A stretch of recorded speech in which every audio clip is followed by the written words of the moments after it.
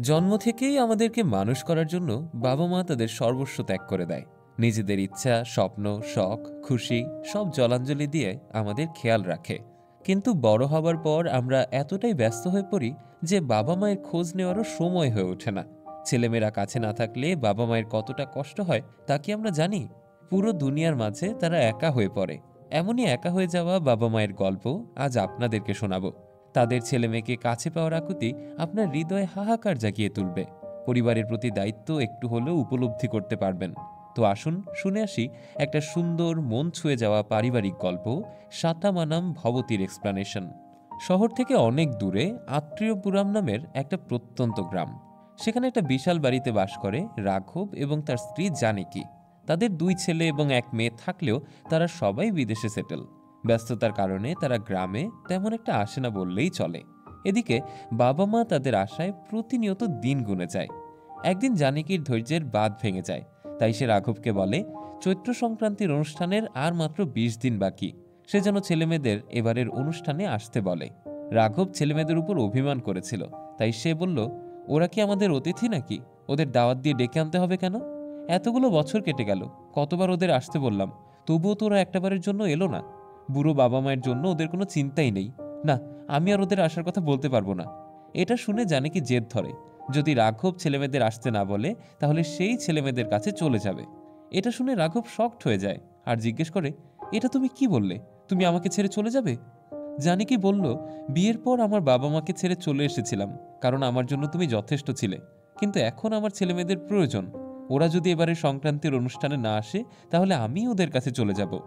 স্ত্রীর মুখে এই কথাগুলো শুনে রাঘব বেশ কষ্ট পায়। তবে সে ভেবেছিল এগুলো হয়তো জানকী আক্ষেপ করে বলছে। কিন্তু একটু পর দেখা যায় জানকী প্রতিবেশী বাঙারাজুকে ডেকে তার জন্য বিমানের টিকিট কেটে আনতে বলছে। জানকী জানায় তার কাউকে দরকার নেই, সে একাই ছেলেমেয়েদের কাছে চলে যাবে। দূর থেকে এটা শুনে রাঘব এবার তার 3 ছেলেমেয়েকেই ইমেল করে জানিয়ে দেয় সে তাদের মাকে ডিভোর্স দিচ্ছে। তারা যেন এসে সিদ্ধান্ত নেয় ওদের মা কার সাথে থাকবে। যদি তারা না আসে তবে তাদের মাকে সে বৃদ্ধাশ্রমে পাঠিয়ে দেবে। সবার প্রথমে মেইল পায় আমেরিকা প্রবাসী বড় ছেলে রাভি।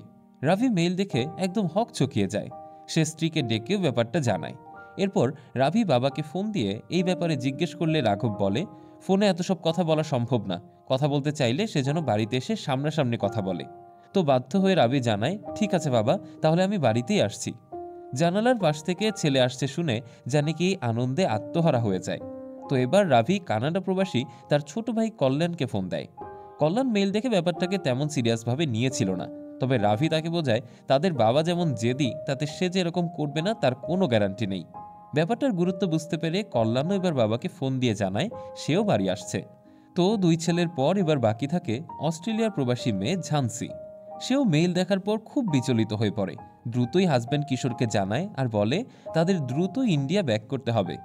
পরিস্থিতির গুরুত্ব বুঝতে পেরে কিশোরও গ্রামে যেতে রাজি হয়। এবার ঝান্সি তার মেয়ে নিত্যাকে ঘুম থেকে ডেকে তুলে জানায় আগামী সপ্তাহেই তারা ইন্ডিয়ায় যাচ্ছে।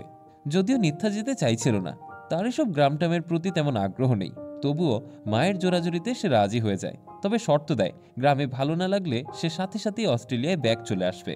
যাই হোক, গ্রামে সংক্রান্তি মেলার আয়োজন শুরু হয়ে গিয়েছিল। রাঘব মেলার আয়োজন পরিদর্শনে গেলে গ্রামের লোকজন তার কাছে এগিয়ে এসে তার অনেক প্রশংসা করে। এই গ্রামে রাঘবের আলাদা রেপুটেশন আছে। গ্রামের মানুষের আপদে বিপদে সে সবসময় তাদের পাশে থাকে, তাই সবাই তাকে অনেক সম্মান করে। তো সবার সাথে কথা বলা শেষ করে রাঘব একজনকে বলে সে যেন রাজুকে তার কাছে পাঠায়। রাজু হলো বাঙা রাজুর ছেলে। তবে রাঘব রাজুকে নিজের ছেলের মতো করেই স্নেহ, ভালোবাসা, শাসন দিয়ে মানুষ করেছে। বলা যায় রাজুর ফ্যামিলি রাঘবের ফ্যামিলিরই একটা অংশ। তো রাজু একসময় মন্দিরে পূজা দিয়ে বের হচ্ছিল। তখন গ্রামের একটা মেয়ে সুব্বু তাকে দেখে কথা বলার জন্য এগিয়ে আসে। সুব্বু রাজুকে অনেক পছন্দ করে, তবে রাজু অবশ্য সুব্বুকে সেভাবে প্রশ্রয় দেয় না। সুব্বু রাজুকে বলে তার মাইক্রোসফটে 90,000 টাকা বেতনে একটা চাকরি হয়েছে, তাই রাজু যেন বিয়ের পর তার সাথে হায়দ্রাবাদে চলে আসে। কিন্তু রাজু জানায় সে এই গ্রাম ছেড়ে কোথাও যাবে না। এখান থেকে সে গ্রামের মানুষ আর তার দাদু মানে রাঘবের সেবা করবে। তো একসময় একজন রাজুকে বলে রাঘব তাকে ডাকছে। এটা শোনা মাত্রই সে রাঘবের কাছে চলে যায়। রাঘব মেলার আয়োজনে খরচের জন্য একজন লোককে টাকা দিতে বলে। রাঘব রাজুকে অনেক বিশ্বাস করত, তাই খরচপাতির বিষয়গুলো সামলানোর দায়িত্ব তার উপরেই দিয়েছিল। তো কাজ সেরে রাজু বাইকে করে রাঘবকে নিয়ে বাড়ি ফেরে। বাড়ি গিয়ে দেখে জানকী মিষ্টি পিঠা বানিয়ে হুলস্থুল করে ফেলেছে। এতদিন পর ছেলেমেয়েরা আসবে, এই আনন্দে সে প্রায় পাগলই হয়ে গিয়েছিল। একটু পর রাঘব রাজুকে বলে ঝান্সি আগামীকাল আসছে, সে যেন স্টেশন থেকে ওদের রিসিভ করে নিয়ে আসে। তো মেয়ে আসার আনন্দে জানকীর রাতে তো ঘুমই আসছিল না। সে রাজুকে ডেকে তুলে বলে, তুই কি জানিস ঝান্সি যে প্লেনে আসছে ওটা কখন এসে পৌঁছাবে? অদ্ভুত প্রশ্ন শুনে রাজু বলে, যখন আসার আসবে তো, এখন তুমি ঘুমাতে যাও। কিন্তু জানকীর ঘুম তবুও আসে না। কিছুক্ষণ পর আবারও এসে রাজুকে ডেকে তুলে বলে, এই রাজু, আমার মনে হচ্ছে ঘড়িতে কোনো সমস্যা হয়েছে, ঘড়ির কাঁটাটা স্লো ঘুরছে রে, সময় যেন কাটছেই না। রাজু বিরক্ত হয়ে বলে, তোমার ছেলে মেয়ে আসছে বলেই ঘড়ির কাঁটা স্লো হয়ে যাবে না, এটা ঠিকভাবেই ঘুরছে। এতগুলো বছর অপেক্ষা করতে পারলে আর কয়েকটা ঘন্টা অপেক্ষা করতে পারছো না? যাও তো ঘুমাও গিয়ে। কিন্তু এবারও জানকীর ঘুম হয় না। ভোরের আলো ফোটার আগেই সে আবারও রাজুকে ঘুম থেকে ডেকে তুলে এয়ারপোর্টে পাঠিয়ে দেয়। রাজু গিয়ে ওদের রিসিভ করে নিয়ে আসে। আসার পথে ঝান্সির ছোটবেলার স্মৃতিগুলো মনে পড়ে যায়। একটা সময় পুরো গ্রাম জুড়ে সে ছুটে বেড়াতো, বাবার কাঁধে চড়ে নিজেকে রাজকন্যা মনে করত। সেই সব স্মৃতি মনে করে সে আবেগ আপ্লুত হয়ে পড়ে। আর নিত্যার জন্য এটা ছিল এক নতুন অভিজ্ঞতা। সে গ্রামে যা কিছুই দেখছিল তাতেই মুগ্ধ হয়ে যাচ্ছিল। তো একসময় তারা বাড়িতে এসে পৌঁছায়। বিকেলে রাঘব রাজুকে বলে নিত্যা গ্রামটা ঘুরে দেখতে চায়, সেজন্য নিত্যাকে গ্রামটা ঘুরে দেখায়। তাই রাজু নিত্যাকে নিয়ে ঘুরতে বের হয়। সে সময় গ্রামের মেয়েরা রাস্তায় আলপনা আঁকছিল। সুব্বু একটা আলপনা আঁকছিল, সেটা দেখে নিত্যা বলে সেও আলপনা আঁকা শিখতে চায়। সুব্বু বলে সে একদিন তাকে আঁকা শিখিয়ে দেবে। তারপর রাজু নিত্যাকে নিয়ে গ্রামের ভেতরের দিকে চলে যায়। রাজুর সাথে সুন্দরী মেয়ে দেখে অনেকেই বলে ওঠে, বাহ, দুজনকে সুন্দর মানিয়েছে। রাজু একটু লজ্জা পেলেও নিত্যা অবশ্য এসব কথার অর্থই বুঝতে পারছিল না। তো মাঠের দিকে যাবার সময় নিত্যা দেখে একজন কৃষক বাইকের সাথে ট্রাক্টরের ফলা লাগিয়ে জমি চাষ করছে। এটা দেখে নিত্যা বেশ অবাক হয়। কৃষকটা তখন এগিয়ে এসে বলে, এটা রাজুরই কৃতিত্ব। রাজু আর্টসের স্টুডেন্ট হলেও তার বিজ্ঞানীদের মতো বুদ্ধি, সেই এটা বানিয়েছে। এছাড়াও কৃষকটা ইংরেজিতে কথা বলাতে নিত্যা আরও অবাক হয়ে যায়। তখন ছেলেটা জানায় সে শিকাগো ইউনিভার্সিটি থেকে মাস্টার্স করেছে। নিত্যা বিস্মিত হয়ে বলে, তাহলে আপনি গ্রামে এসে কৃষিকাজ কেন করছেন? ছেলেটা জানায় রাজু তাকে বলেছিল সে বিদেশে থেকে যা কামাবে গ্রামে কৃষিকাজ করে তার চেয়ে বেশি টাকা কামাতে পারবে। আর সেটা এখন সত্যি। এত বেশি টাকা কামাচ্ছে সে যে এত টাকা সে ভালো কোনো চাকরি করেও কামাতে পারত না। সে আবারও এজন্য রাজুকে ধন্যবাদ জানায়। রাজুর এত প্রশংসা শুনে নিত্যা এবার রাজুর প্রতি ইমপ্রেসি হয়ে যায়। তো এরপর তারা আবারও হাঁটা ধরে। এবার তারা একটা খালের কাছে চলে আসে। খালের উপর পারাপারের জন্য একটা নারিকেল গাছের সাঁকো ছিল। রাজু প্রথমেই সাঁকোটা পার হয়ে যায়, কিন্তু নিত্যা এর উপর দিয়ে যাবার ভরসা পাচ্ছিল না। তবুও রাজুর ভরসায় সে হাঁটতে শুরু করে। এই নতুন অভিজ্ঞতাটা তার কাছে এতই এক্সাইটেড লাগে যে সে সাঁকো পার হয়ে রাজুকে জড়িয়ে ধরে। রাজুর এবার একটা অন্যরকম অনুভূতি হয়। বিদেশে এরকম জড়িয়ে ধরা স্বাভাবিক হলেও গ্রামে তো এই সংস্কৃতি নেই।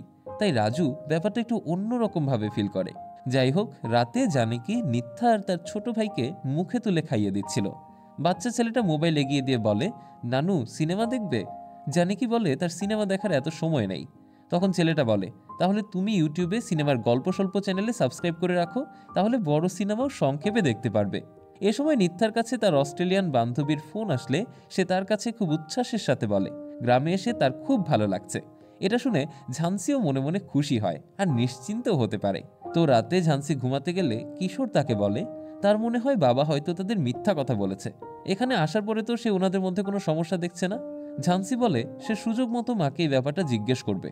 পরের দিন সকালে বাঙা রাজু গরুর দুধ দোয়াচ্ছিল। ঝান্সির 10 থেকে 12 বছরের ছেলে এরকম অদ্ভুত জিনিস কখনোই দেখেনি। বাঙা রাজু তখন ছেলেটাকে বলে, এই তাজা দুধ খেয়ে দেখবে নাকি? এটা শুনে নাক মুখ কুচকে ছেলেটা পালিয়ে মায়ের কাছে চলে যায় আর বলে সে প্যাকেটের পাউডার দুধ খাবে। বিদেশে থাকার কারণে সে জানতই না যে গরুর দুধকেই পরে পাউডার বানানো হয়। যাই হোক, ছেলেকে সামলে ঝান্সি এবার রান্নাঘরে মাকে হেল্প করার সময় জিজ্ঞেস করে ওনাদের মধ্যে কোনো ঝামেলা হয়েছে কিনা। জানকী বলে সমস্যা তো এটা সেটা নিয়ে সবসময় লেগেই থাকে, সংসার মানেই তো ঝামেলা। এরপর জানকী কথা ঘুরিয়ে বলে 2 দিন পর ঝান্সির ভাইয়েরা আসবে, সে যেন ওদের সাথে ঝগড়া না করে। জানকী ভাইদের, বিশেষ করে রাভির কথা শুনে ক্ষেপে যায়। আসলে তার সাথে রাভির সম্পর্ক ভালো না, কারণ সে রাভির মতের বিরুদ্ধে গিয়ে বিয়ে করেছিল। রাভি তার বন্ধুর সাথে ঝান্সির বিয়ে দিতে চাইছিল, কিন্তু ঝান্সি রাজি না হওয়ায় সেই থেকেই 2 ভাই বোনের মধ্যে মন কষাকষি। ঝান্সি মায়ের সাথে এই ব্যাপারেই কথা বলছিল। তখন সেখানে রাজু এসে কফি খেতে চাইলে জানকী তাকে 1 বাটি রিঠা দিয়ে সেগুলো ভেঙে আনতে বলে।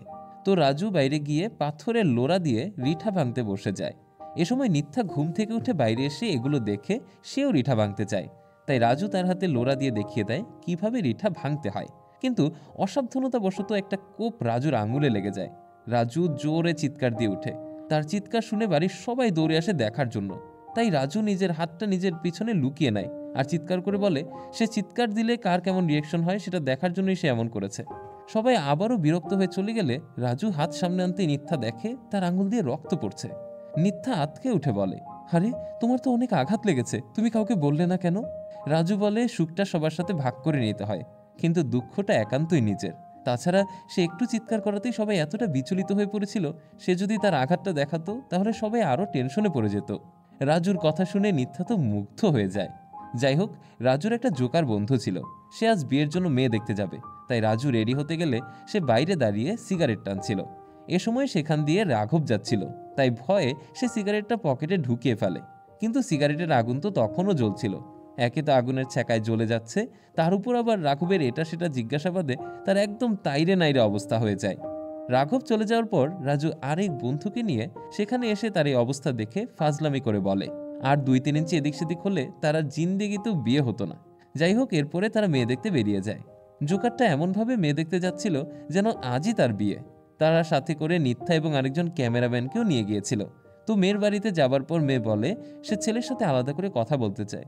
তাই ছেলে আর মেয়েকে একটা ঘরে কথা বলতে পাঠানো হয়। ঘরে ঢুকতে মেয়েটা দরজা বন্ধ করে দেয়। কিছুক্ষণ পর ঘর থেকে বেরিয়ে মেয়েটা রাজুর বন্ধুকে রিজেক্ট করে দিয়ে বলে তার ছেলেকে পছন্দ হয়নি। তো ফিরে এসে তার মন খুবই খারাপ ছিল। সবাই জিজ্ঞেস করে ঠিক কী কারণে মেয়েটা তাকে রিজেক্ট করলো, কিন্তু সে কোনো কিছুতেই কারণটা বলতে চায় না। তখন ক্যামেরাম্যান বলে সে জানালা দিয়ে আসলে সবই ভিডিও করেছে। এই বলেই সে ভিডিওটা দেখায়। দেখা যায় মেয়েটা আসলে অনেক বেশি স্মার্ট। তার বান্ধবীদের একটা হোয়াটসঅ্যাপ গ্রুপ আছে। সে জোকারটার সাথে সেলফি নিয়ে গ্রুপে সেন্ড করে বান্ধবীদের মতামত চায় যে একে বিয়ে করা উচিত কিনা। তখন সবাই বিয়ে না করার পক্ষে মত দেয়, আর এই জন্যই মেয়েটা তাকে রিজেক্ট করে দিয়েছে। এদের কাণ্ডকারখানা দেখে তখন সবাই হাসতে শুরু করে। নিত্যার তো খুবই মজা লাগছিল, এরকম কাহিনী সে কখনোই দেখেনি।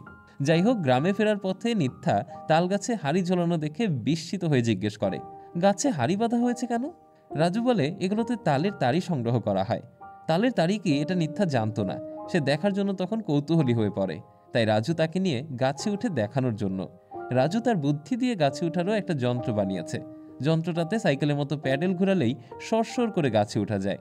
নিত্যার এই ব্যাপারটাও খুবই ইন্টারেস্টিং লাগছিল। গাছে তাড়ি দেখে নেমে আসার পরে এক্সাইটমেন্টে নিত্যা আবারও রাজুকে জড়িয়ে ধরে। এবার রাজু আরও ফিদা হয়ে যায়। তো এরপর তারা বাড়ি ফিরে আসে। পরের দিন সুব্বু নিত্যাকে আলপনা আঁকা শেখানোর জন্য আসে। নিত্যাকে আলপনা আঁকতে দেখে জানিকি সুব্বুকে বলে সংক্রান্তি অনুষ্ঠানের আগেই যেন সে নিত্যাকে সব কাজ শিখিয়ে দেয়। এরপর তারা সংক্রান্তির প্রস্তুতি নিতে থাকে। এরই মধ্যে রাভি আর কল্যাণও স্ত্রী ছেলেমেয়ে নিয়ে বাড়িতে চলে আসে। ছেলে মেয়ে নাতিপুতি সবাইকে পেয়ে জানকীর মনটা একদম ভরে যায়। রাতে রাভি আর কল্যাণ বাবার সাথে আলোচনা করতে বসে। তারা বাবাকে জিজ্ঞেস করে উনি এই বয়সে এসে হঠাৎ ডিভোর্সের সিদ্ধান্ত কেন নিলেন। রাঘব বলে সেই ব্যাপারে পরে কথা বলবে, তবে রাভি আর কল্যাণের যদি ফিরে যাওয়ার তাড়াহুড়া থাকে তাহলে সে ডিভোর্সের কাজটা দ্রুতই সেরে ফেলবে। এটা শুনে দুই ছেলে আতকে উঠে বলে তারা সংক্রান্তি পর্যন্ত এখানেই থাকবে। তখন রাঘব তাদের নিজেদের ঘরে চলে যেতে বলে। পরের দিন রাজু নিত্যাকে নিয়ে আবারও ঘুরতে বেরিয়েছিল। একটা শাপলার দিঘি দেখে নিত্যা উচ্ছ্বসিত হয়ে পড়ে। সে দিঘির ধারে দাঁড়িয়ে বিভিন্ন পোজে ছবি তুলতে গিয়ে হঠাৎই পা পিছলে পানির ভেতর পড়ে যায়। রাজু তখন তাকে দ্রুত পানি থেকে তোলে। এ সময় সে খেয়াল করে পাশের গ্রামের কয়েকজন বখাটে নিত্যার ভিডিও করছে। এটা দেখে রাজু তো রেগে গিয়ে তাদের কাছে গিয়ে বলে তারা যেন এক্ষুনি ভিডিওটা ডিলিট করে দেয়। কিন্তু তারা ডিলিট করতে না চাইলে রাজু এবার ওদেরকে মারার প্রিপারেশন নেয়। তখন ওরা রাজুকে বলে এটা তোর গ্রাম বলে বাহাদুরি দেখাচ্ছিস? আমাদের গ্রাম হলে তোর খবর করে দিতাম। কথাটা তখন রাজুর ইগোতে লাগে, তাই সে বলে ঠিক আছে, 1 ঘন্টা পর তোদের গ্রামে আমি আসছি, তখন সেখানেই বোঝাপড়া হবে। তো বখাটেগুলো গ্রামে গিয়ে এনার্জি ড্রিঙ্ক ফ্রিঙ্ক খেয়ে অপেক্ষা করতে থাকে কখন রাজু আসবে। কিন্তু অনেকক্ষণ হয়ে গেলেও রাজুর দেখা না পেয়ে তারা বাড়ি ফিরে যায়। যেই বখাটেটা নিত্যার ভিডিও করেছিল সে বাড়ি ফিরেই দেখে রাজু নিত্যাকে নিয়ে তার বাবা মায়ের সামনে বসে আছে। ও তো ভাবে কাম সারছে, ওরা এতক্ষণে নিশ্চয়ই বাবা মাকে তার কুকর্মের কথা বলে দিয়েছে। বখাটেটা তখন আতঙ্কে বলে এরা মিথ্যা বলছে, আমি কোনো ভিডিও করিনি। তখন রাজু আর নিত্যা হেসে ফেলে। রাজু ওকে বলে তারা ভিডিওর কথা বখাটের মা বাবাকে বলেনি, উল্টো বখাটেটা নিজেই নিজের মুখে কুকর্মের কথা স্বীকার করলো। তো এবার রাজু বখাটে বাবা মায়ের সামনেই তাকে একটা চড় মারে আর বুঝিয়ে বলে নিত্যা তাদের দেশের অতিথি, তার সাথে অসভ্যতামি করলে নিজের দেশকেই ছোট করা হবে। তাই রাজু বখাটেকে নিত্যার কাছে ক্ষমা চাইতে বলে, আর বখাটের বাবা মাও রাজুকেই সমর্থন করে। তাই বখাটে নিত্যাকে সরি বলে। এরপর রাজু নিত্যাকে নিয়ে সেখান থেকে চলে যায়। আর বাইকে ওঠার সময় নিত্যা রাজুকে খুশি হয়ে হানি বলে ডাকে। এতে তো রাজু নিত্যার প্রতি আরও বেশি ফিদা হয়ে যায়। রাতে সবাই ঘুমানোর প্রস্তুতি নিচ্ছিল, তখন একজন কৃষক রাঘবকে টাকা দিতে আসে। এই কৃষকটা রাঘবের জমিতে চাষ করত, তাই ফসল বিক্রির একটা অংশ হিসেবে 70,000 টাকা সে রাঘবকে দিয়ে যায়। সেখানে কল্যাণের 13 থেকে 14 বছর বয়সী একটা ছেলে দাঁড়িয়েছিল। সে জিজ্ঞেস করে, এটা কতদিনের ইনকাম? রাজু জানায় এটা 6 মাসের ইনকাম। এটা কানাডার হিসাবে মোটামুটি $1,000 হয়। তো ছেলেটা বলল, এটা তো অনেক কম ইনকাম। পাশে থেকে তখন কল্যাণ বলে, গ্রামে আসলে এর থেকে বেশি ইনকাম হয় না। এটা শুনেই রাঘব ক্ষেপে যায় আর কল্যাণকে ডেকে বলে, এই তুই ছেলেকে এসব বাজে বাজে কি শেখাচ্ছিস রে? বাচ্চাদের ইকোনমিক্স শেখাতে হয় না, ওদের ইমোশন শেখাতে হয়। রাঘব এবার ছেলেটাকে কাছে ডেকে বলে, সবকিছু টাকার বিচারে হয় না। কৃষিকাজ হলো বেঁচে থাকার মাধ্যম। তারা কৃষিকাজ না করলে পৃথিবীর মানুষ খাদ্যের অভাবে মারা যাবে। এইভাবে সে বাচ্চাটাকে সুন্দর মতো বুঝিয়ে দেয়। সকালে সবাই বসে আড্ডা দিচ্ছিল। তখন রাভি রাজুকে জিজ্ঞেস করে, সে বিয়ে করবে কবে? রাজুর বন্ধু পাশ থেকে বলে ওঠে, অনেক মেয়ে রাজুর পেছনে লাইন মারে, কিন্তু রাজু তো কাউকেই পাত্তা দেয় না। এটা শুনে নিত্যা বেশ খুশি হয়। তখন কল্যাণ বলে ওঠে, এ যুগে প্রেম ছাড়া আবার কেউ বিয়ে করে নাকি? এ সময় বাঙা রাজু এসে বলে, এ যুগের ছেলেমেয়েদের চাইতে রাভির প্রেমের গল্পটা আরও বেশি ইন্টারেস্টিং। রাভি আগে প্রেম করত। এটা শুনে রাজু আর নিত্যা দুজনেই তাকে প্রেমের গল্পটা বলার জন্য জোর করে। তো গল্প বলার জন্য রাভি দুজনকে সাইডে আনে। গল্প শুরুর আগে নিত্যা রাভিকে জিজ্ঞেস করে, আঙ্কেল, ওই বয়সে আপনি কেমন ছিলেন? রাভি জানায় সে ওই বয়সে একদম রাজুর মতো দেখতে ছিল। এটা শুনে সে মিথ্যা রাজুকে কল্পনায় দেখতে থাকে। তখন রাজু আবারও জিজ্ঞেস করে, তার প্রেমিকা কার মতো দেখতে ছিল? তখন রাভি বলে, আমার প্রেমিকার জায়গায় তুই ইচ্ছে মতো কাউকে কল্পনা করে নে। তো রাজু এবার নিত্যাকে কল্পনা করতে থাকে। রাভি তার প্রেমের গল্প বলছিল আর এরা দুজন সেই সময়টাতে নিজেদের কল্পনা করে নিচ্ছিল। অবশ্য রাভির প্রেমের গল্পের এন্ডিংটা স্যাড ছিল। সে নিজের ভালোবাসার কথা মেয়েটাকে কখনো বলতেই পারেনি। তার আগে মেয়েটা তার বাবা মাকে সাথে নিয়ে অন্য শহরে চলে যায়। তাই রাভি বলে, ঈশ্বর ভালোবাসার জন্য মন সবাইকে দেয়, কিন্তু ভালোবাসার মানুষকে পাওয়ার ভাগ্য সবাইকে দেয় না। যাই হোক, বাড়ি ফিরে নিত্যা তার ট্যাবে রাজুর ফটোগুলো দেখছিল আর মনে মনে হাসছিল। মানে বোঝাই যাচ্ছে রাজুর প্রতি তার ফিলিংস তৈরি হয়ে গেছে। এ সময় ঝান্সি এসে নিত্যাকে ডেকে বলে, সবাই মন্দিরে যাবার জন্য তার জন্য অপেক্ষা করছে। নিত্যা ট্যাবটা ফেলে রেখে উঠে আসে। তখন ঝান্সি ট্যাবে রাজুর ফটোটা দেখতে পায়, তবে এখনই কোনো রিয়াকশন সে দেখায় না।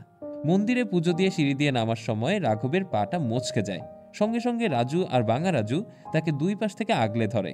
এ সময় রাঘব খেয়াল করে এরা পর হয়েও তাকে সাহায্যের জন্য এগিয়ে আসছে, অথচ তার নিজের ছেলেমেয়েরা কেউ তাকে ধরছে না। বাড়ি ফিরে জানিকি রাঘবকে নিয়ে ব্যস্ত হয়ে পড়ে। সে বারবার নিজেকে দোষ দিচ্ছিল, কারণ সে সবাইকে মন্দিরে নিয়ে না গেলে রাঘব এভাবে আহত হতো না। রাঘবের জন্য জানকীর এই কেয়ার দেখে ছেলেমেয়েরা সবাই অবাক হয়ে যায়। ঝান্সি তার মাকে বলে, বাবার সামান্য চোটে তুমি এমন অস্থির হয়ে যাচ্ছ? তাহলে তুমি বাবাকে ছেড়ে দূরে যাবার কথা ভাবছো কেন? আর বাবাই বা তোমাকে ডিভোর্স দিতে চাচ্ছে কেন? কথাগুলো শুনে জানিকে বিস্মিত হয়ে বলে, কিসের ডিভোর্স? আমি তোদের বাবাকে ছেড়ে থাকতে যাব কেন? তখন ছেলেমেয়েরা সবাই একে একে বলে ওঠে, বাবা তাদের মেইল পাঠিয়েছিল, বাবা মাকে ডিভোর্স দিচ্ছেন, এজন্যই তো তারা এখানে এসেছে। এটা শুনে জানিকে একদম শকড হয়ে যায়। সে বুঝতে পারে ছেলেমেয়েরা এখানে ঘুরতে আসেনি, বরং এই কথা শুনেই এসেছে। তাই জানিকে এবার বলল, তোদের বাবা মিথ্যে বলেছে, তোদের বাবা আমাকে ছেড়ে থাকতে পারবে না, তবে আমি তোর বাবাকে ছেড়ে থাকতে পারবো। তাই তিনি আমাকে না, বরং আমি ওনাকে ডিভোর্স দিচ্ছি। তাই তোরা নিজেদের মধ্যে আলোচনা করে ঠিক করে নে আমি কার সাথে থাকবো। এই বলে জানিকি রান্নাঘরে চলে যায় আর নীরবে কাঁদতে থাকে। পুরো বাড়িতে এভাবে একটা গুমোট ভাব চলে আসে। সবাই বাবা মায়ের ব্যাপারটা নিয়ে আলোচনা করছিল। তারা বুঝতে পারছিল না বাবা মায়ের ডিভোর্সটা ঠেকাবে কিভাবে। তখনই রাজু এসে বলে, তারা তাদের বাবা মাকে সবাই একবার ভালো মতো বুঝিয়ে দেখতে পারে। সবাই মিলে বোঝালে ওনারা হয়তো তাদের নিজেদের সিদ্ধান্ত পরিবর্তন করবেন। এই বলে রাজু ভেতরে চলে যায় আর নিত্যাকে দেখে অবাক হয়ে যায়। নিত্যা আজ গ্রাম্য পোশাক পরেছিল, তাই রাজু তাকে জিজ্ঞেস করে, কি হলো, আজ সে হঠাৎ নিজের বেশভূষা পরিবর্তন করলো কেন? নিত্যা লাজুক হয়ে জানায়, এখানে থাকতে হলে তো তাকে এখানকার নিয়মেই চলতে হবে। এটা শুনে রাজু নিত্যাকে জিজ্ঞেস করে, তার এখানে কি আজীবন থাকার প্ল্যান আছে নাকি? নিত্যা উত্তর না দিয়ে মুচকি হাসি দেয়। এ সময় পাশে বাচ্চারা ট্যাবে একটা কিছু দেখে হাসছিল। রাজু সেদিকে এগিয়ে এসে দেখে এরা রাজুর বিভিন্ন সময়ের ফটো দেখে হাসছে। ফটোগুলো নিত্যাই তুলেছে। রাজু ট্যাবটা নেওয়ার আগেই নিত্যা সেটা নিয়ে দৌড়ে পালিয়ে যায়। রাজুও তখন তাকে তাড়া করে। এ সময় তারা একটা খড়ের গাদায় এসে আটকে যায় আর একে অপরের বেশ কাছাকাছি চলে আসে। ঠিক এমন সময় রাজুর মোবাইলে একটা রিং বেজে ওঠে আর তার বন্ধু শুটিং স্পটে তাকে ডাকতে থাকে। রাজু তখন নিত্যাকে নিয়ে সে শুটিং স্পটে যায়। সেখানে একটা শর্ট ফিল্মের শুটিং প্র্যাকটিস হচ্ছিল, কিন্তু নায়ক নায়িকা ঠিকভাবে ডায়লগ ডেলিভারি দিতে পারছিল না। তাই ডিরেক্টর রাজু আর নিত্যাকে এই সিনের অ্যাক্টিংটা করতে বলে, কারণ তাদের জুটিকে বেশ ভালো মানাচ্ছিল। তো তারা দুজনেই অ্যাক্টিং শুরু করে, কিন্তু অ্যাক্টিংয়ের ছলে তারা দুজনেই দুজনের মনের কথা একে অপরকে বলে দেয়। যাই হোক, রাতে রাজু আর নিত্যা রাভিকে নদীর পাড়ে নিয়ে এসে একটা সারপ্রাইজ দেয়। রাজু রাভির সেই না হওয়া প্রেমিকা সুধাকে এনে রাভির সাথে দেখা করায় আর বলে সেদিন রাভি মনের কথা সুধাকে বলতে পারেনি, তাই আজ যেন সুধার সাথে কথা বলে সে নিজের মনকে কিছুটা হলেও হালকা করতে পারে। তো দুজনে নদীর ভেতর নৌকায় বসে গল্প করছিল। সুধা জানায় তার বিয়ের 1 মাস পর তার হাজবেন্ডের দিল্লিতে ট্রান্সফার হয়ে যায়। এরপর থেকে ওর হাজবেন্ড আর কোনো রকম যোগাযোগ করেনি, তাই সুধাও তার আশা ছেড়েই দিয়েছে। সুধা এখন যেসব বাচ্চাদের মা নেই তাদের দেখাশোনা করেই জীবন কাটিয়ে দিচ্ছে। সুধা রাভির জন্য পায়েস বানিয়ে এনেছিল। রাভি তখন অবাক হয়ে বলে, আমার পায়েস পছন্দ তুমি এখনো মনে রেখেছ? সুধা বলে যে মানুষটাই আমার এত পছন্দের, তার পছন্দ অপছন্দের কথা তো আমার মনে থাকবেই। দুজনের কথা শেষ হলে সুধা ফিরে যায় আর রাভিও নিজের সংসারে ফিরে আসে। যাই হোক, ছেলেমেয়েরা বাড়িতে ফিরলেও তাদের ব্যস্ততা তখনও কাটছিল না। ঝান্সি বাচ্চাদের সাথে টিভি দেখতে ব্যস্ত, রাভি নিজের ল্যাপটপ নিয়ে ব্যস্ত, আর কল্যাণ ক্লায়েন্ট ব্রিফিং নিয়ে ব্যস্ত। জানিকি যেন কারোর সাথেই ঠিকমতো কথা বলার সুযোগ পাচ্ছিল না। ওরা কাছে থেকেও মনে হচ্ছিল যেন অনেক দূরে আছে। রাজু এই ব্যাপারটা খেয়াল করে এবং এই দূরত্ব ঘোচানোর একটা প্ল্যান বানায়। সে তার কেবল অপারেটর বন্ধুর কাছে গিয়ে বলে সে যেন আগামী 4 দিনের জন্য কেবল লাইন বন্ধ রাখে। আর নিত্যা যেহেতু স্যাটেলাইট কমিউনিকেশন দিয়ে পড়াশোনা করত, তাই সে ফোনের নেটওয়ার্ক সিগন্যাল কিভাবে বন্ধ করতে হয় সেটা ভালোভাবেই জানত। তো তারা সব রকমের কানেকশন বন্ধ করে দেওয়ার পর সবার মধ্যে ব্যাপক পরিবর্তন চলে আসে। রোবোটিক কর্পোরেট জীবন থেকে বেরিয়ে তারা এক অন্য ধরনের জীবনের সন্ধান পায়। সবাই হেসে খেলে আড্ডা দিয়ে নিজেদের সময় কাটাচ্ছিল, ফলে একে অপরের সাথে বন্ডিংও খুব ভালো জমে উঠেছিল। কিন্তু রাঘব আর জানকীর মধ্যে যেন দূরত্ব বেড়েই যাচ্ছিল। যেদিন থেকে জানকী শুনেছে রাঘব তাকে ডিভোর্স দিতে চেয়েছে, সেদিন থেকেই সে রাঘবের কাছ থেকে দূরত্ব বজায় রেখে চলছিল। ব্যাপারটা পরিবারের সবাই খেয়াল করছিল আর আপসেট হয়ে যাচ্ছিল। পরের দিন বাড়ির সবাই চৈত্র সংক্রান্তির মেলায় যাবার জন্য বের হচ্ছিল, তবে নেটওয়ার্ক না থাকায় রাভি আর তার স্ত্রী 2 দিন ধরে আমেরিকায় নিজের ছেলের সাথে যোগাযোগ করতে পারেনি। এই নিয়ে তারা খুব টেনশনে ছিল। রাঘব অবশ্য তাদের এই টেনশনের ব্যাপারটা খেয়াল করে।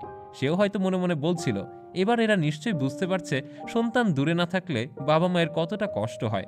যাই হোক, টেনশন আতঙ্ক থাকার পরেও সবাই মেলায় যাবার জন্য বের হয়। নিত্যা রাজুর সাথে বাইকে করে মেলায় যেতে চাইছিল, কিন্তু রাঘব বলে সে রাজুর সাথে যাবে। তাই নিত্যা আপসেট হয়ে গাড়িতে গিয়ে বসে। তবে মেলায় গিয়ে নিত্যার মন খারাপটা একদমই কেটে যায়। সে রাজুর সাথে লেপ্টে থেকে অনেক আনন্দ করে, কিন্তু এই কয়দিন একসাথে থেকেও ঝান্সি আর রাভির মন কষাকষি তখনও কাটেনি। তাই তাদের এক করে দেবার জন্য রাজু একটা ট্রিক্স খাটায়। সে পাশের গ্রামের বখাটেগুলোকে হায়ার করে একজনকে টিজ করায়। তখন এটা দেখে ঝান্সির স্বামী কিশোর তাদের বাধা দেয়। এতে বখাটে কিশোরের গায়ে হাত তোলার চেষ্টা করলে সেখানে রাভি গিয়ে তাকে প্রোটেক্ট করে আর বলে, তোদের এত বড় সাহস, তোরা আমার দুলাভাইয়ের গায়ে হাত তুলছিস। এটা দেখে ঝান্সির অভিমান ভেঙে যায় আর ভাইকে ধন্যবাদ জানায়। আর এর মধ্য দিয়েই 2 ভাই বোনের মান অভিমান কেটে যায়। এই ঘটনার পর নিত্যা রাজুকে আরও ভালো লেগে যায়। সে ওই দিনই রাজুকে মনের কথা বলার চেষ্টা করে, কিন্তু বিভিন্ন ডিস্টারবেন্সের কারণে সে আর রাজুকে মনের কথাটা বলার সুযোগ পায় না। রাতে রাজুর কেবল অপারেটর বন্ধু একটা গেম শো এর আয়োজন করে। সে একটা বল ছুঁড়ে মেরে লটারি করে। বলটা যার কাছে যাবে তাকে সিনেমার কোনো একটা দৃশ্যের অভিনয় করে দেখাতে হবে। তো রাজু আর নিত্যার কাছে একসাথে বল গেলে তারা একটা প্রেমিক প্রেমিকার সিনের অভিনয় করে দেখায়। এসব দেখে ঝান্সি বুঝে যায় এদের মধ্যে তো চক্কর চলছে। তবে সে কাউকে কিছুই বলে না। কিন্তু এত আনন্দর পরেও রাঘব আর জানকীর মান অভিমান যেন কাটছিলই না। এজন্যই রাজু আরও একটা ট্রিক্স খাটায়। সে একটা পুজোর আয়োজন করে। জানকী অনেকদিন থেকেই এই পুজোটা করতে চাইছিল, তাই রাজু এই পুজোর উপলক্ষে জানকী আর রাঘবকে এক করে দিতে চাইছিল। কারণ এই পুজোতে স্বামী স্ত্রীর বেশ কিছু রিচুয়াল ছিল। তো পরের দিনই পুজোর তোড়জোড় শুরু হয়ে যায়। না চাইলেও রাঘব আর জানকীকে পাশাপাশি বসা লাগে। নিয়ম আর রিচুয়াল অনুযায়ী তাদের একে অপরের প্রতি সব দায়িত্ব পালন করা লাগে। আর এসবের চক্করে রাজু আর নিত্যার রিলেশনও আরও জমে উঠতে থাকে। পূজা টুজা শেষ করে পরের দিন রাভি রাজুকে একটা জায়গায় ডাকে। রাজু এসে দেখে সেখানে নিত্যাও আছে। রাভি তখন রাজুকে বলে, নিত্যা তোকে ভালোবাসে। নিত্যা বুঝতে পারছিল না তোকে কিভাবে কথাটা বলবে, আর এই জন্যই আমার হেল্প চেয়েছে। কিন্তু রাজু আজকে সম্পূর্ণ অন্যরকম আচরণ করে। সে নিত্যার ভালোবাসার কথাটা উড়িয়ে দিয়ে বলে, আপনারা সকাল সকাল আমার সাথে মজা করছেন? আমরা একসাথে ঘুরেছি, আনন্দ করেছি, তার মানে এটা না যে আমাদের প্রেম হয়ে গেছে। নিত্যাকে ভালোবাসার অধিকার আমার নেই। এই বলে রাজু নিত্যাকে রিজেক্ট করে দেয়। এতে নিথা প্রচণ্ড কষ্ট পেয়ে কাঁদতে কাঁদতে দৌড়ে চলে যায়। নিথা চলে যাওয়ার পর রাভি রাজুকে বলে, সত্যি করে বলতো কি হয়েছে? রাজু জানায় সেও নিথাকে অসম্ভব ভালোবাসে, কিন্তু গতরাতে নিথার মা তাকে বলেছে তার আর নিথার মাঝে রিলেশন সম্ভব না। নিথার বয়স অল্প, সে যে কোনো কিছুর প্রতি অ্যাট্রাক্টেড হয়ে যায়, আবার খুব দ্রুতই সে অ্যাট্রাকশন কেটে যায়। রাজুর প্রতি নিথার যে অনুভূতি রয়েছে সেটা শুধুই অ্যাট্রাকশন, এটা কোনো ভালোবাসা না। তাই রাজু যেন নিথার কাছ থেকে দূরে থাকে। তো এজন্যই আর কি রাজু নিথাকে রিজেক্ট করে দিল। রাভি বলে সে ঝান্সির সাথে এই ব্যাপারে কথা বলে তাকে রাজি করাবে, যাতে সে তাদের রিলেশনটা মেনে নেয়। কিন্তু রাজু বলে পরিবারকে কষ্ট দিয়ে সে আসলে কিছুই করবে না, হয়তো নিথাকে পাওয়া তার ভাগ্যে নেই, তাই সে তার নিজের ভাগ্যকেই মেনে নেবে। যাই হোক, বাড়ি ফিরে নিথা কিন্তু অনেক কান্নাকাটি করে। সে রাজুর ফটো ট্যাব থেকে ডিলিট করে দেয়, এমনকি রাজুর সব গিফটও তাকে ফিরিয়ে দেয়। এমন সময় আবার এক তুলকালাম কাণ্ড ঘটে যায়। কল্যাণ বাবা মায়ের ডিভোর্সের উকিল নোটিশ নিয়ে রাগে চিল্লাতে চিল্লাতে বাড়িতে ঢুকে। সে রেগে চিৎকার করে বলে, আমরা এতদিন ধরে কাজকর্ম বাদ দিয়ে এখানে পড়ে থেকে এত চেষ্টা করলাম যাতে বাবা মায়ের ডিভোর্স না হয়, কিন্তু তবুও তারা নিজেদের সিদ্ধান্তে অটল। এতদিন তো তারা ভালোই ছিল, এখন কেন এই সিদ্ধান্ত নিচ্ছে? তখন রাঘব ঘর থেকে বেরিয়ে আসে আর বলে, কে বলেছে আমরা এতদিন ভালো ছিলাম? আমরা একদমই ভালো নেই, আমরা শুধুমাত্র নামেই বেঁচে আছি, কিন্তু আমাদের ভেতরটা মরে গেছে। তোমরা যখন জন্মেছিলে তখনই আমরা খুশি ছিলাম, তোমাদের বড় করে তোলার সময় খুশি ছিলাম, কিন্তু এখন আমরা খুশি নেই। আমি বহুদিন তোমাদের মায়ের মুখে হাসি দেখিনি। আমরা খেতে বসলে তোমার মা বলতো, এই তরকারিটা আমার বড় ছেলের অনেক পছন্দের। আইসক্রিমওয়ালার পেছনে যখন বাচ্চারা ছুটে যেত তখন বলতো, আমার ছোট ছেলে এভাবেই আইসক্রিমওয়ালার পেছনে ছুটে যেত। যখন কোনো মেয়ে হাতে মেহেদি দিতে আসতো তখন বলতো, আমার মেয়েকে মেহেদি না দিয়ে দেওয়া পর্যন্ত আমার পিছুই ছাড়তো না। তোমাদের মা প্রতিদিন প্রতিটা মুহূর্ত শুধু তোমাদের কথাই ভাবতো, অথচ তোমাদের বারবার আসতে বলা সত্ত্বেও তোমরা একটাবারের জন্য দেখা করতে আসতে না। তাই তার এই কষ্ট আমি আর সহ্য করতে পারছিলাম না। আমি জানি যতদিন আমি তোমাদের মায়ের সাথে থাকবো সে আমার কাছেই বন্দি থাকবে, তাই আমি তাকে মুক্ত করে দিতে চাইছি, যাতে সে তোমাদের কাছে গিয়ে অন্তত একটু সুখে থাকতে পারে। রাঘবের কথা শেষ হলে কল্যাণ জানকীকে বলে, কি ব্যাপার মা, বাবা এভাবে কথা বলে গেল অথচ তুমি কিছুই বললে না? জানকী বলে, আমি আর কি বলবো, আমাদের এত বছর বিয়ে হয়েছে, কত চড়াই অত্রাই পার করেছি, কিন্তু কখনো কেউ কারো বিরুদ্ধাচরণ করিনি। আমি জানি তোদের বাবা আমাকে রাগ করে ডিভোর্স দিচ্ছেন না, বরং আমার খুশির জন্য এসব করছেন, আর তোদের জন্যই আমরা আজ এরকম পরিস্থিতিতে এসে দাঁড়িয়েছি। এটা শুনে ছেলেমেয়েরা বলে, কই, আমরা যখন বিদেশে সেটেল হইতে চাইছিলাম তোমরা তো আমাদের খুশি মনেই যেতে দিয়েছিলে, তাহলে এখন কেন আমাদের দোষ দিচ্ছ? এটা শুনে রাঘব বলে, আসলে সব বাবা মাই চায় ছেলেরা উন্নতি করুক, অনেক উপরে উঠুক, কিন্তু এতটা উপরে ওঠা উচিত না যেখান থেকে আর বাবা মাকে দেখাই যায় না। তখন ছেলেমেয়েরা বলে তারা সময়ের অভাবে আসলে আসতে পারে না, তবে আসতে না পারলেও তো তারা হোয়াটসঅ্যাপে ফটো পাঠিয়ে দেয়। এটা শুনে রাঘব বলে, শুধু খাবারের প্লেট সাজিয়ে রাখলেই পেট ভরে না, পেট ভরাতে ভাত খাওয়া লাগে। তোমাদেরও তো ছেলে মেয়ে আছে, ওরাও যদি তোমাদের মতো আচরণ করে তখন আমাদের কষ্টটা তোমরা বুঝতে পারবে। তোমাদের তো আর সারা জীবন এখানে থাকতে বলি না, তোমরা যে কোনো উৎসবে এসে যদি অন্তত 10টা দিন আমাদের সাথে থাকো, সেই স্মৃতি নিয়ে আমরা সারা বছর কাটিয়ে দিতে পারি। অথচ তোমরা আসা তো দূরের কথা, আসবে কিনা সেটাও জানাও না। তোমাদের পথ চেয়ে অপেক্ষা করে আমরা বুড়ো বুড়ি যেভাবে বেঁচে থাকি, এটাকে বেঁচে থাকা বলে না, এর থেকে মরে যাওয়া অনেক ভালো। আপনজনদের কাছে যদি না পাই তাহলে বেঁচে থাকার মানেটাই বা কি? তোমরা এক্সট্রা বেতনের জন্য 4 ঘন্টা ওভারটাইম করতে পারো, অথচ যারা তোমাদের জন্ম দিল তাদের জন্য 4 মিনিট সময় বের করতে পারো না। দেখো, আমরা বড়জোর আর 5 থেকে 10 বছর বাঁচবো। এই কয়েকটা বছরে তোমরা যদি বছরে অন্তত একবার করে দেখা করে যাও, তাহলে বাকি জীবনটা আমরা আনন্দে কাটাতে পারি। এটুকু সুবিধা তো আমাদের প্রাপ্য, তাই না? সব শোনার পর ছেলেমেয়েরা এবার নিজেদের ভুল বুঝতে পারে। তারা বাবা মায়ের কাছে ক্ষমা চেয়ে বলে তারা এখন থেকে আর এরকম করবে না। তারা ডিভোর্সের নোটিশটা ফিরিয়ে নিতে বলে। তখনই পেছন থেকে রাজু বলে ওঠে, ডিভোর্সের নোটিশটা আসলে সেই পাঠিয়েছে, কারণ সে সবাইকে বাবা মায়ের কষ্টটা বোঝাতে চাইছিল, সে সবাইকে সুখী দেখতে চাইছিল, আর এজন্যই সে কাজটা করেছে। তখন রাঘব জিজ্ঞেস করে, তুই সবাইকে খুশি দেখতে চাস, তাহলে নিজের মনে দুঃখ লুকিয়ে রেখেছিস কেন? তুই নিত্যাকে এত ভালোবাসিস, তাকে ছাড়া কি তুই ভালো থাকতে পারবি? এবার রাঘব ঝান্সির দিকে তাকিয়ে বলে, রাজুর চেয়ে ভালো ছেলে সে নিত্যার জন্য পাবে না, তাই তাদের সম্পর্কটা ঝান্সির মেনে নেওয়া উচিত। তো এবার ঝান্সিও রাজুর কাছে ক্ষমা চায় এবং তাদেরকে বিয়ে দিতে রাজি হয়ে যায়। আর এভাবেই পুরো পরিবারটা আবারও এক হয়ে যায়। কিছুদিন পর সংক্রান্তির অনুষ্ঠান শেষ হলে সবাই বিদেশে চলে যায়, তবে যাবার আগে প্রমিস করে যায় 3 মাস পর হোলির সময় তারা আবারও বেড়াতে আসবে, আর তখন রাজু এবং নিত্যার বিয়েটাও সম্পূর্ণ করে দেওয়া হবে। আর এখানেই তাদের সুখী পরিবারের গল্পটা শেষ হয়ে যায়। দর্শক, পরিবারের সবাই একসাথে থাকাটাই উৎসব। কর্পোরেট দুনিয়ার সাথে পাল্লা দিতে গিয়ে নিজের শিকড় ভুলে যাবেন না যেন। মনে রাখবেন, পরিবারই প্রকৃত সুখের উৎস। তাই বাবা মায়ের ভালোবাসাকে অবহেলা করবেন না, না হলে জীবনটাই বৃথা হয়ে যাবে। যাই হোক, আজ এ পর্যন্তই। এরকম সিনেমা আরও পেতে চ্যানেলটিকে সাবস্ক্রাইব করে রাখুন। ধন্যবাদ।